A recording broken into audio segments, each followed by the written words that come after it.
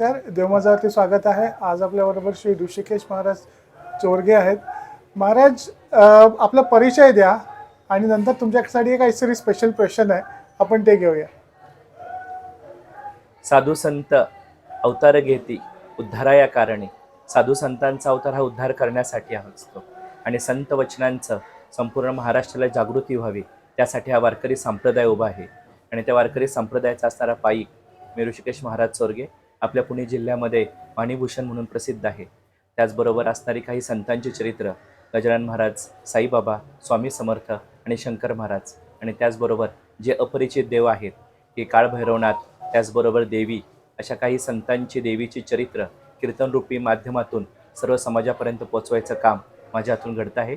आणि त्याचबरोबर पुणे जिल्ह्यामध्ये जे दशक्रियेचं प्रवचन असतं की ज्याला आपण 10व्याचं ओवीचं प्रवचन म्हणतो त्यासाठी सुद्धा प्रसिद्ध असं आपला सगळ्यांचा ऋषिकेश महाराज चोरगे. महाराज, एक प्रश्न असा आला की फार्मसिस्ट ते महाराज हा प्रवास जरा सांगा.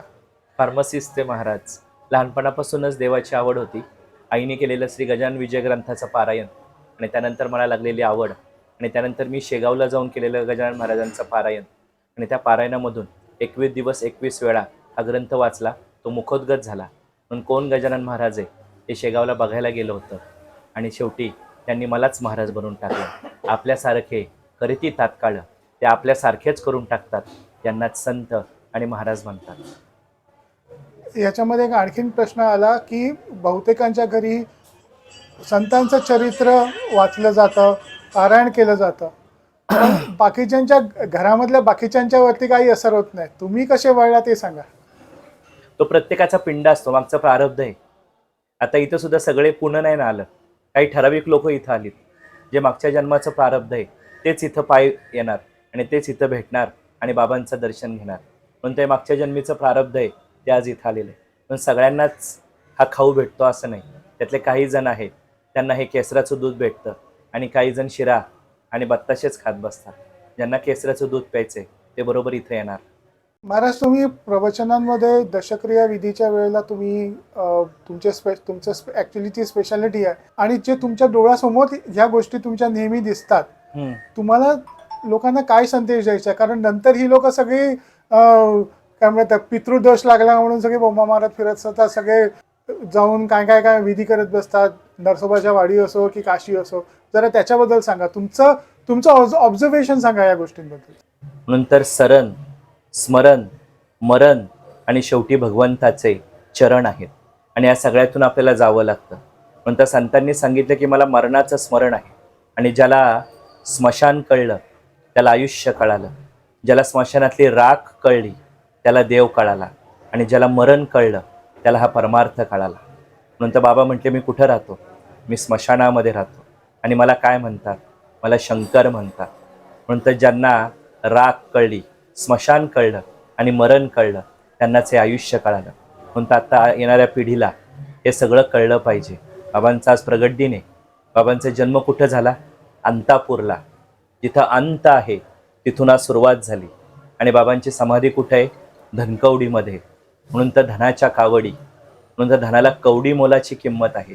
अंतापासून सुरुवात करायचंय आणि धनाच्या कवडीपर्यंत पोचायचंय. हा सगळा प्रवास म्हणजे आयुष्य आहे, आणि तेच आज आपल्याला सांगायचं आहे, आणि तेच आजचा हा सोहळा आहे. महाराज, तुम्ही पप्पाजींना कधी भेटला? पप्पाजींबरोबर आलेला काही अनुभव सांगा ना आम्हाला. पप्पाजींना आम्ही कालच भेटलो. काल माझं या ठिकाणी हडपसरला प्रवचन होतं. आमचे मित्र सत्यजित जाधव काल आम्हाला इथं घेऊन आले.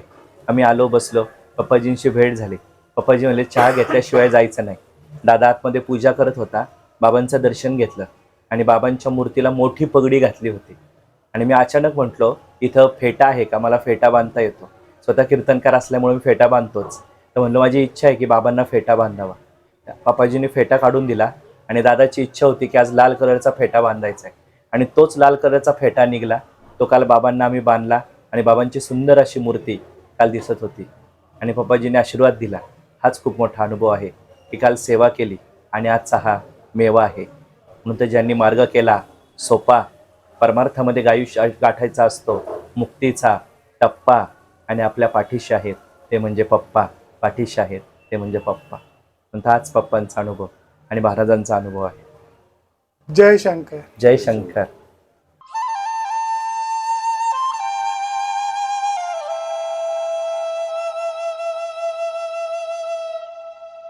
अध्यात्मावर अशीच माहिती मिळवण्यासाठी देव माझा चॅनलला सबस्क्राईब करा